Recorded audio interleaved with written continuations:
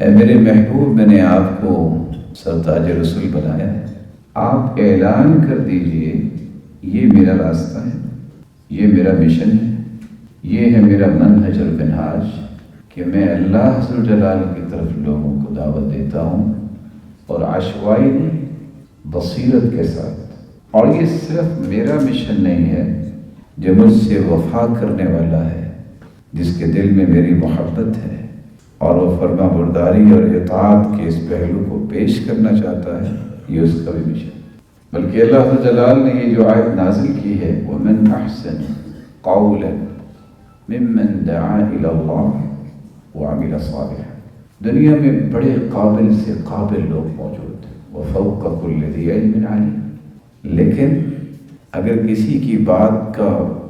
Weightage check کرنا ہو کہ خوبصورت بات کس کی ہے، تو وہاں قرآن نے یہ میز نہیں بیان کیے کس کے پاس پوسٹ ڈگری ہے، پی ایچ ڈی ڈاکٹر ہے۔ بلا شبہ یہ سارے لوگ بھی ہمارے سر کے تاج ہیں، موقر ہیں۔ وہاں میّر جو بیان کیا ہے وہ یہ ہے، وَمَنْ أَحْسَنُ قَوْلًا مِّمَّنْ دَعَا إِلَى اللَّهِ، جو مخلوق کو خالق سے جوڑنے کی بات کرتا ہے،